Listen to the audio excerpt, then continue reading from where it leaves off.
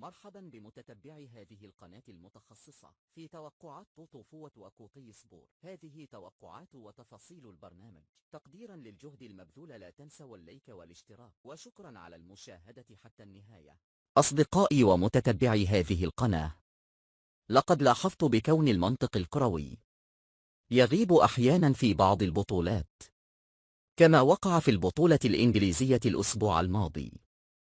لذلك أنصحكم باللعب بمسؤولية أو الابتعاد عن هذا المجال، فقد يتسبب الأمر في نوع من الإحباط أو الإدمان والإفلاس في حالة اللعب المستمر والمبالغ فيه.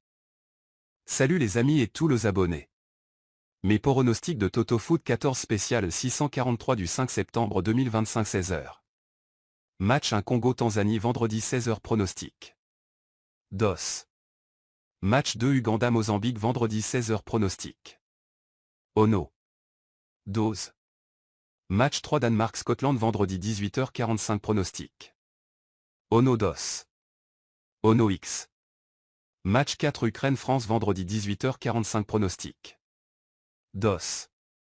Match 5 Égypte-Éthiopie vendredi 19h pronostic. Ono.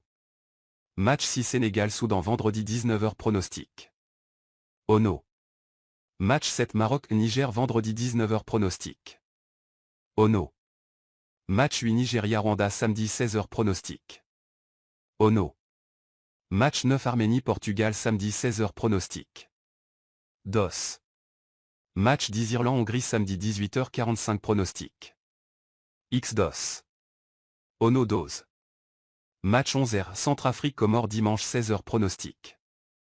DOS. Match 12 Lituanie-Pays-Bas dimanche 16h pronostic. DOS.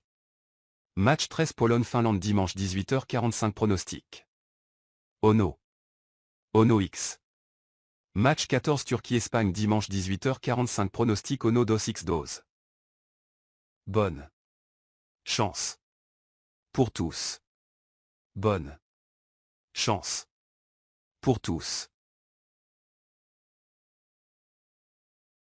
Salut les amis et tous les abonnés.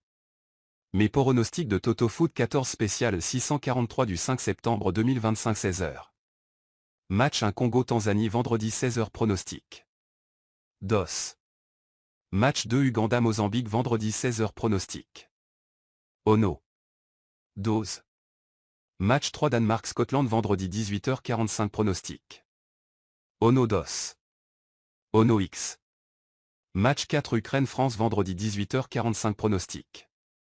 DOS. Match 5 Égypte-Éthiopie vendredi 19h pronostic. Ono. Match 6 Sénégal-Soudan vendredi 19h pronostic. Ono. Match 7 Maroc-Niger vendredi 19h pronostic. Ono. Match 8 Nigeria-Rwanda samedi 16h pronostic. Ono. Match 9 Arménie-Portugal samedi 16h pronostic. DOS.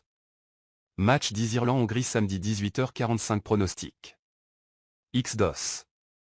Ono Dose. Match 11h Centrafrique-Comores dimanche 16h pronostic. DOS. Match 12 Lituanie-Pays-Bas dimanche 16h pronostic. DOS. Match 13 Pologne-Finlande dimanche 18h45 pronostic. Ono. Ono X. Match 14 Turquie-Espagne dimanche 18h45 pronostic. Ono DOS X Dose. Bonne chance pour tous. Bonne chance pour tous.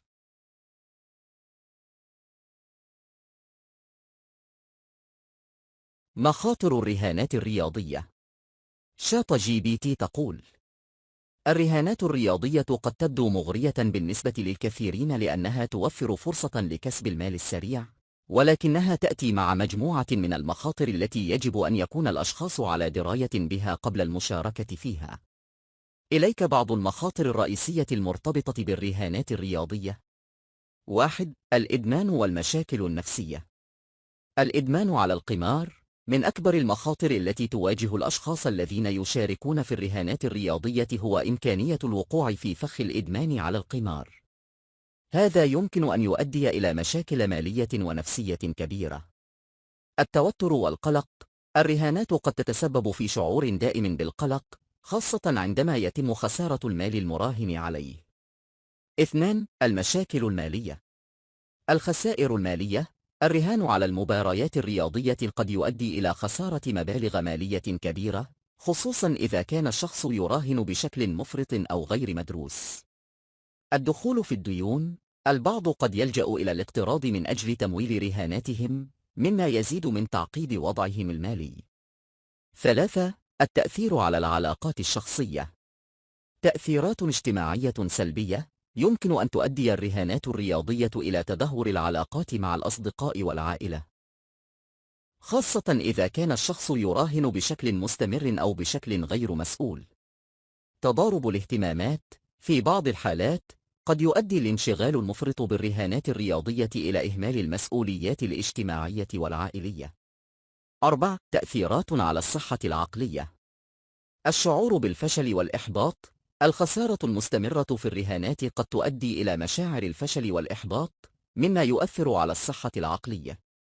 الاضطراب النفسي. بعض الأشخاص قد يعانون من اضطرابات نفسية بسبب الخسائر المتكررة أو الشعور بالضغط من أجل تعويض الخسائر.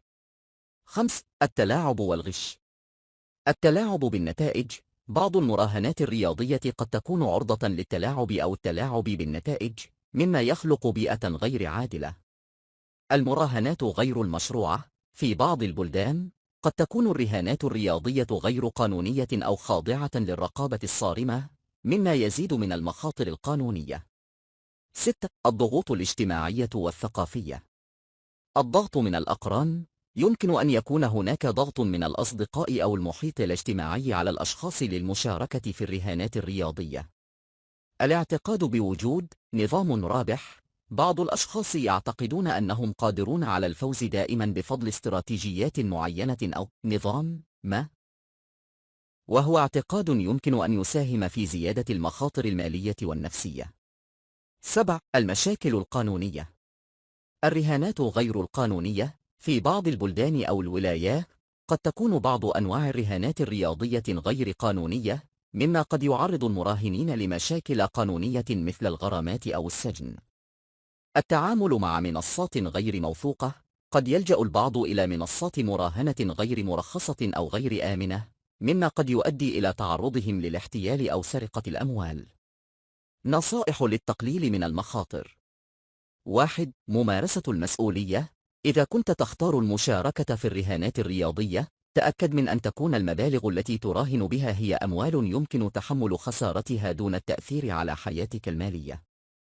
2. التخطيط المسبق. حدد حدودا للرهانات ولا تتجاوزها.